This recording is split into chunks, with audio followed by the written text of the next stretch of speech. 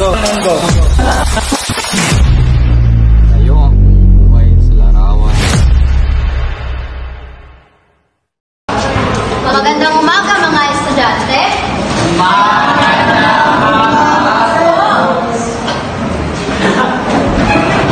Ngayon ay tatalakayin natin ang kauna-unahang national artist ng Pilipinas. Ngunit, alam mo ba kung ano ang ibig sabihin ng isang pagiging national artist? Ang pagiging national artist po ay parang nakilala sa pinakamagaling artist ng ating bansa. Tama! Ang national artist ay binibigyan ng parangal. Ang parangal na binibigay natin sa kanila ay National Artist Award. Ito ay binibigay sa mga Pilipino ng ambag ng makabuluhang sining at nagpakita ng tunay na kultura at diwa sa ating bansa o sa ating bayan. Isa sa kinakilalang national artist sa larangan ng pagpipinta ay si Fernando Amorsolo.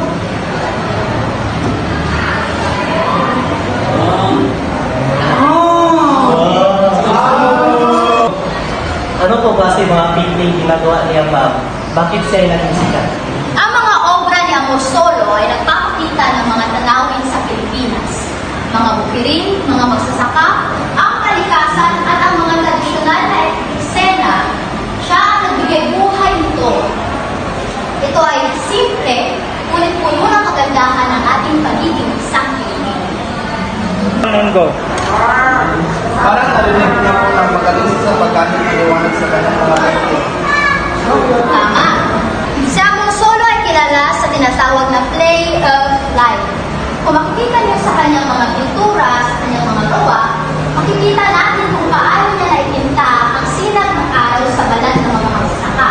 O kaya ang sinag ng araw sa paglubog sa likod ng mga bundok. Para bang ramdam mo ang init at ganda sa bawat eksena sa kanyang mga pintura. Parang ang ganda mo siguro na makita ang Pilipinas sa ganung paraan. Nakakatuwang isipin na isang pintor ang nagpapakita ng ganda ng ating bansa. Yan ang layunin ni Amorsolo, mga bata. Sa kanyang mga obra, makikita natin kung paano niya minahal ang bansang Pilipinas. Sa murang edad pa lang, nangarap na siyang ipakita ang ating kultura at kagandahan ng ating bayan sa pamamagitan ng kanyang sining. At yan, tatalakayin natin ngayong araw ang kwento ni Fernando Amorsolo. Abalang-abala si Fernando sa pagbibinta ng bukirin. Ang ganda talaga ng bukid natin. Parang may sariling buhay ang bawat puno.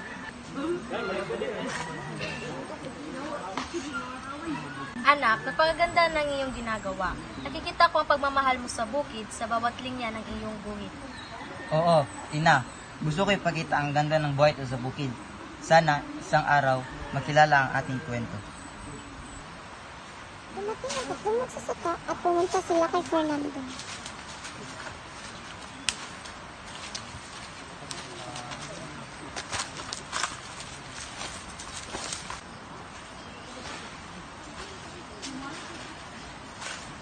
Kapag lumaki ka at naging sikat, huwag mo kaming kalimutan ha.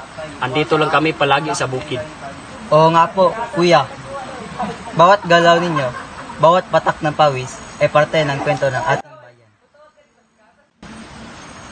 Fernando, ipakita mo sa kanila ang sipag ng bawat isa rito. Ang araw na tumatama sa amin parang buhay na gumumula sa lupa. Opo, kuya. Isasama ko silang lahat sa aking mga guhit. Opo, kuya. Isasama ko silang lahat sa aking mga guhit. Parang pamilya ko na rin po kayo. Tuloy mo lang yan. Balang araw, ang kwento ng ating bukid ay kilala na sa buong mundo.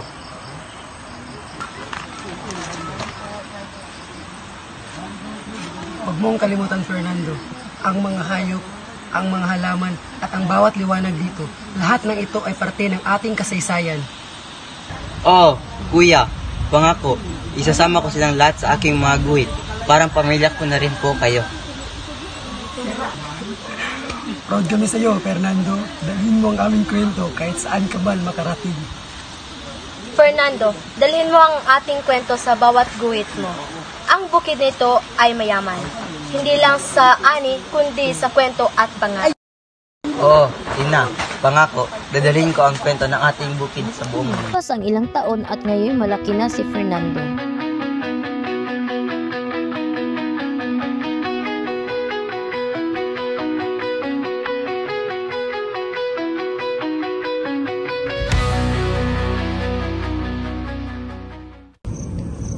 Huwag kang susuko, Fernando. Alam kong mahirap ang ating pinagdadaanan, pero ang iyong sining ay may kalagahan. Darating ang panahon na makikilala ang iyong talento. Salamat kaibigan. Ngunit paano kung hindi ko magawang maipakita sa kanila ang tunay ng diwa ng ating kultura? Para bang wala ng halaga ang larawan ng ating bukirin at ating mga magsasaka? Ang sining ay hindi laging naunawaan ng lahat sa simula. Ngunit kailangan mo lamang magpatuloy, magtiwala sa proseso at sa iyong kakayahan.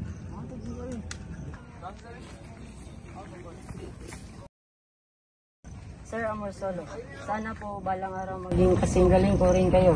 Nakikita ko sa iyong mga painting ang tunay ng ganda ng Pilipinas. Maraming salamat, Marcos. Huwag kang matakot magsimula kahit mahirap. Ang malaga ay ang puso at ang bawat gawa.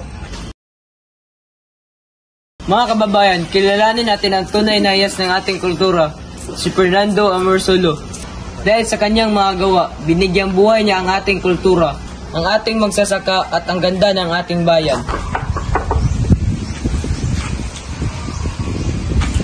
Salamat sa inyong pagdalo. Ang bawat painting ay may kwento, ng hirap at pagmamahal. Di ko magagawa ito lahat kung wala ang mga taong sa paligid ko, lalo na ang mga magsasakang nagtatrabaho ng walang kapalit na papuri. Mr. Amorsolo, paano niyo nagawang manatili ka pa sa inyong estilo kahit sa kabila ng mga modernong trend sa sining?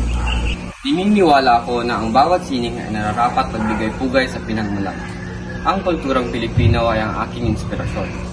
Nais kong ipagpatuloy ang bawat kwento ng ating bansa sa bawat lugar. Mabuhay! Sa bawat guhit at kulay na aking nilikha, naroon ang puso ng ating bayan. Sa pawis at tiyaga ng mga magsasaka, nakita ko ang tunay na kagandahan ng Pilipinas. Sir Amorsolo, salamat po sa inyo, sa inyong malikha. Naramdaman namin ang halaga. Sa kabila ng aming payak na buhay, naramdaman namin ang dangal at ang bahagi sa kasaysayan ng Pilipinas. Huwag niyong kakalimutan, kayo ang tunay na bayani ng ating bayan. Ang bawat araw nang kayo'y nagbubungkal ng lupa at nag-aalaga ng ani. Kayo ang nagpapanatili ng buhay ng ating kultura. At dito nagtatapos ang kwento ni Fernando Amorsolo.